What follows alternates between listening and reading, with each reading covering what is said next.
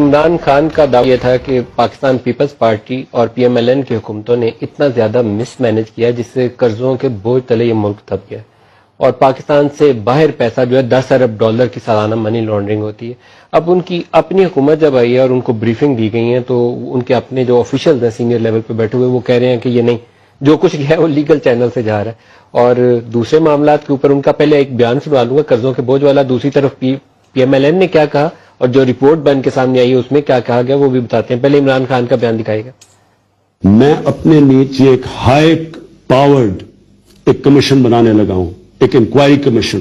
یہ high powered commission کے اندر F آئی اے ہوگی، آئی بی ہوگی، آئی ایس آئی ہوگی، ایف بی آر ہوگی، ایس ای سی پی ہوگی.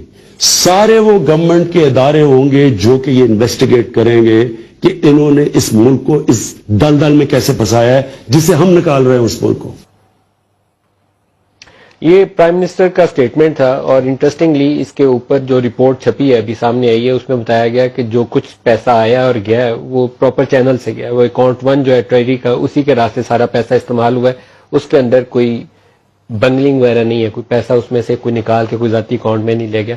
اس کے اوپر آج پی ایم ایل این نے ایک پریس سٹیٹمنٹ بھی دی اور وہ دکھائی گا انہوں نے کیا کہا. خرم دستگیر نے 30,000 ارب 30,000 ارب 30,000 ارب 30,000 ارب کھا گئے ہیں. یہ ان کی جیبوں میں کیا ہے.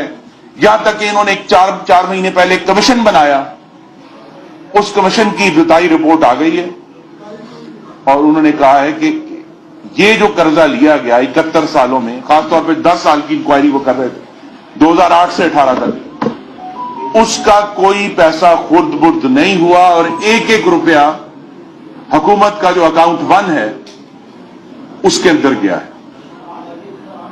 کیا اس پر، اس جھوٹ بولنے پر، پاکستانیوں گمراہ کرنے پر ہمارا مطالبہ ہے کہ وزیر اعظم قوم سے معافی مانگے. اب انٹرسٹنگلی اسی ایک سال کے اندر جو پاکستان تحریک انصاف کی حکومت ہے اس میں تقریباً 10,15,000 ارب قرضوں کا اضافہ ہوا ہے. اس میں major chunk due to devaluation ہے. ڈی ویلیویشن پچھلی حکومتوں میں بھی ہوتی تھی، اب بھی ہوئی ہے اور اس کا total size of the loan in rupee بڑھ جاتا ہے. اور یہ عمران خان کو اگر پہلے معلوم نہیں تھا تو اپنا ایک سال کی حکومت کے بعد یقیناً معلوم ہے.